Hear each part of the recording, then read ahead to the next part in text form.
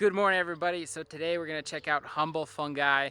Nate's gonna give us a tour. I also got my buddy Chris here to give us companionship here while we check out the fungi magic that they're gonna show us. Nate, can you tell us a little bit about your company? Yeah, we're about like 1.5 years, 2 years into it. My wife and I had just moved back from Japan about a little over a year ago. Japan? Yeah. Oh, wow. So we were living there and we were kind of like missionaries there and just teaching English and kind of sustaining ourselves that way. But yeah, we were kind of interested in doing agriculture, and my father-in-law has a bunch of land and raises cows and stuff. So we were going to try doing some kind of more traditional farming, but we weren't very good at it. Yeah. So I started dabbling into mushrooms more and more and doing more research, and then I just really fell in love with it, and so I started kind of going full on into it. So here's these are just some our logo, and then some Bible verses that are kind of reminiscent of what the company is all about and what my goals are and where our name came from. So this is kind of the lab. So behind me here is inoculated blocks, and so these ones here are shiitake blocks. This is from 5/4, so May 4th, and it's coming along, but it probably has another month or month and a half before it's ready. And when you say ready, does that mean you poke holes in it to allow the mushrooms to come out? Yeah, with the shiitake blocks, I'll basically take the whole bag off and put it in the grow room. So there's a few different mediums here, mostly different woods. This is a mix of oak and walnut with soybean holes. This one looks like, I think it's mostly alder here. Yeah, alder and soybean holes, that's what that is. I see. So yeah, I'll show you after this, but one awesome thing is I got with Noah at Animus Craft Woodworks in Durango. He's been giving me a bunch of his extra sawdust along with some that I bought. So that's been really cool because I can use his waste, and his waste he was just taking it to the dump. So yeah, it's awesome that we can kind of just recycle that material. That's definitely one of the reasons I got into mushrooms. So. And what's your favorite mushroom for sure? So I'm still new to a lot of these varieties because last year I was basically just growing on straw. But one of my favorites is probably chestnut. It just has a really good texture and good flavor. What do you sell it at the market for per pound? Per pound, it ends up being around $20 per pound because I sell them like little carton containers. Yeah. But like $15, $20 per pound around there. Gotcha. Yeah, and I'll show you the containers after if you want to see that too. As far as it seems like everybody I talk to mushrooms, once they get into it, it's pretty lucrative after a year, right? Like. It seems like, yeah. I'm definitely, now that I have my production a little bit, it's increased a lot this year, and I made a goal to do that. It's definitely making a lot more money now. Nice. What about restaurants? I feel like the high-end restaurants would pick up on this in a heartbeat. Right, yeah, that's definitely one of my goals this year is to start getting in with them. And I've talked to a few now. I talked to Orhouse just this last weekend, and they're interested. Nice. So yeah, definitely getting with some of those restaurants, and that'll help me be more sustainable when farmers markets aren't happening and things like that. Right. So, yeah. You find that the medium affects your flavor? I haven't noticed that, but I think there's definitely a little bit of a difference with the straw and the hardwood. Yes. I don't know if you can tell too much with like different hardwoods or different woods you use, but or different supplements too much. I haven't experimented too much with that, but definitely like the straw, you can see a little difference in how they shape and the color too. So Right on. So presentation is kind of boosted when you get away from the straw a little bit. a little bit. You definitely get you can kind of get these singular bigger clusters, whereas Yes. with the straw, and unfortunately I probably don't have any good straw logs to show you, but like you'll kind of get smaller, and some of them are really nice, actually big clusters, but you might get some straggler pieces that come off. For so. sure. But yeah, and then here we have, this is a bunch of spawn. I kind of overdid it on the spawn, but like So, this is just. What is spawn for someone like me that Yeah, doesn't so know? spawn is, let me show you one of these. Besides that demon Hollywood movie.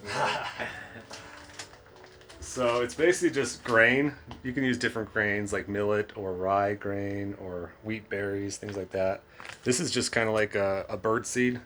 So there's mostly millet in here, but also some other little things like corn and sunflower seeds. This is just easy for me to get, so I've been using it and I haven't really had any problems. So tell us about what's going on with these patches. yeah, so these are unicorn bags, kind of the standard that people use for mushroom growth. And so they just come with this filter patch so they can breathe a little bit. And I can't remember what amount of like microns it filters, but it's pretty small, so Keeps it prevents any dirty stuff out and lets you get some other good stuff fungus in. or bacteria or things like that out. So yeah. And then this is the flow hood. I had one I built last year, but it was probably like less than half the size of this. So this is really awesome. Shout out to my friend Jed Hickman who helped me build it. But yeah, Thanks, Jed. This just pulls in air. And then I also have another just kind of positive pressure fan with some air filters to help filter the air before it gets to here. But then this just filters the air through here, and then here is where I'll work inoculating bags. So have the bag, like the spawn bag, and then I'll inoculate those production blocks. And so what is the function of this? Is it humidity? What is it doing? Oh, just blowing clean air through. So and by this clean, whole, what is it a filter, like a yeah, HEPA? there's 2 HEPA filters in here, about like 5 or 6 inches thick. So yeah, it blocks out any fungus or other microbial Bacteria, things like that. And then this is the sterilizer. So the bags, production blocks will go into here, and then I'll run it for like 15 hours at 200 degrees. Oh wow. So it's just a steam sterilizer.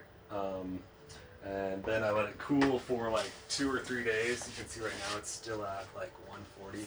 I just ran it last night, so I'd open it up and show you, but I don't want to. I only do that once I'm ready to inoculate and once it's all cool, and you prevent any other microbes from getting in there. So this is some straw. So I still do straw and the hardwood just because I don't have enough.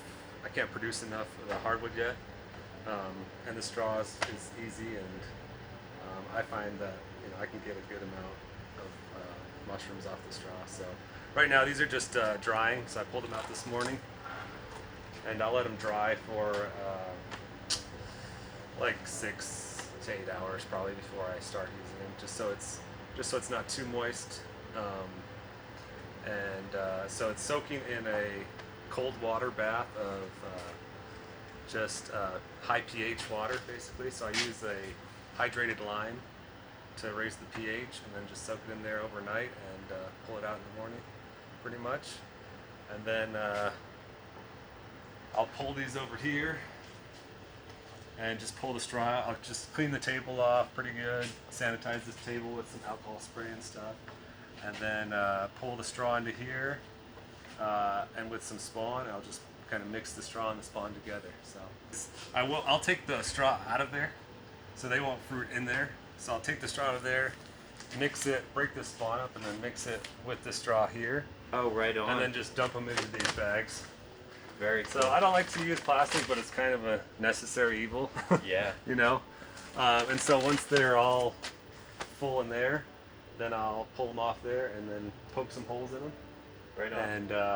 And put them in this room right here, which is where the magic incubation happens, room mostly for the straw, but I do have some shiitake blocks in here too. Wow. So, of course, I don't have a light in here, but like here's a smaller one. Oh, that's really small. Yeah, natural contaminants in the straw. I mean, that's what the pasteurization is for, is to kind of help avoid some of those contaminants. But, for sure. You can't really get away from it unless you're doing a full sterilization. When your volume has to do with it. Here's a chestnut. So I actually really like to do chestnut on the straw because you get these really big, nice clusters. It's a little messier, and like I said, you have more contamination, but like this is fully inoculated here, except for a couple spots. But it's basically ready to go in the grow room. So the steps are you prepare the spawn and the medium. Yeah. You combine them. Yeah. You let them grow to full colonization. Right. And then we go to the last transfer room, right, where you do the growing. In the grow room, yep. Okay. So that you can see, like right here, this one was inoculated on 4/28. So the chestnuts especially, they'll take a little longer, but it's worth it for those. What do we got going on there? Is that Oh, it's just contamination, or that just hasn't Just run hasn't there fully yet? colonized yet there. So we're looking Yeah. at month-old wet straw. That's Yeah. all that is. Yeah. Cool. And you'll get a few like blotches with the chestnut sometimes, but okay.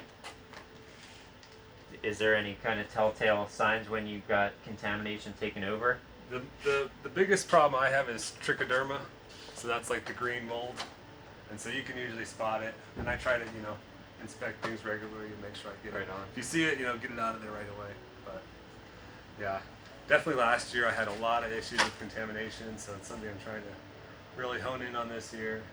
And Right on. like probably my biggest problem was just the heat.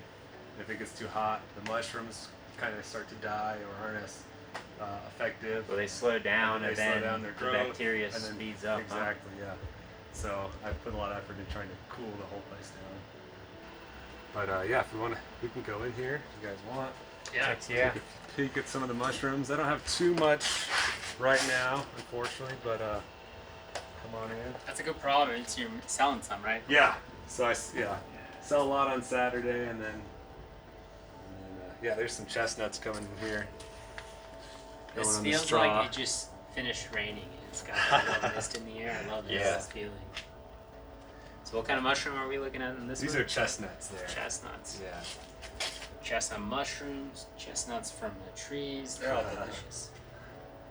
And so most of these straw, I think almost all of them are going to be on their second flush. And so they're not going to be looking quite as good, but And second flush means you harvested the first time? yeah, I already got a big harvest out of them. And that's with the straw chestnut ones, that's the first flush is really the main one. But try to get 2 flushes out of those. Are we in a small shipping container?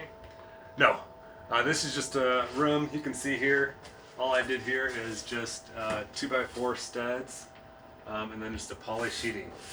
Poly sheeting is mushroom grower's best friend if you're starting out because it's so cheap. Cheap and walls. You just cheap walls and Sterile and yeah, it contains gives the you- moisture. Exactly, yeah. And is this a bun cake here?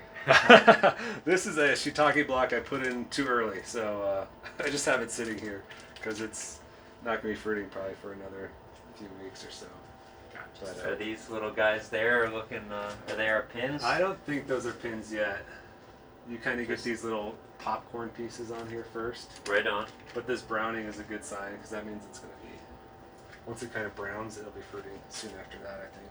Cool. So that's kind of a new variety I'm new to. A lot of these hardwood varieties like that I'm new to, so I'm figuring out how Gotcha. to go to. But yeah, let's see. Always progressing. Over here we got some. I tried to save some of these so we could look at them before I harvest them. Here's some king oyster.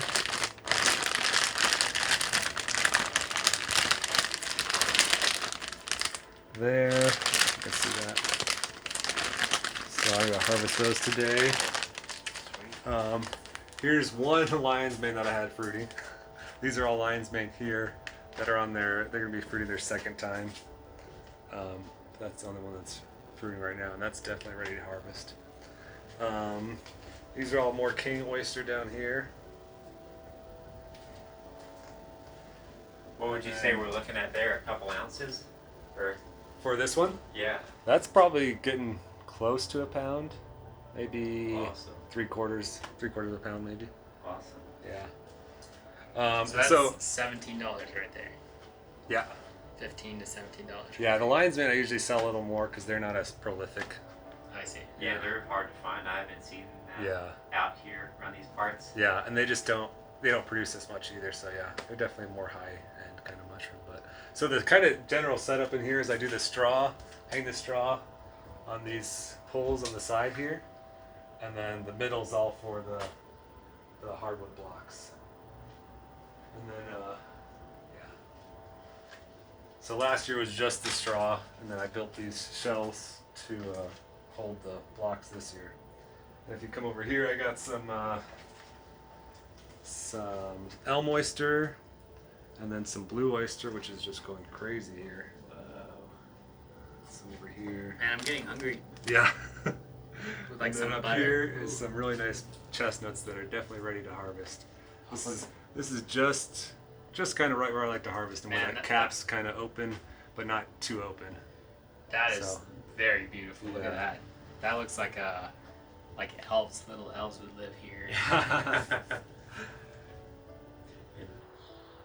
All right, thanks for watching. Hope you enjoyed. Come buy some mushrooms.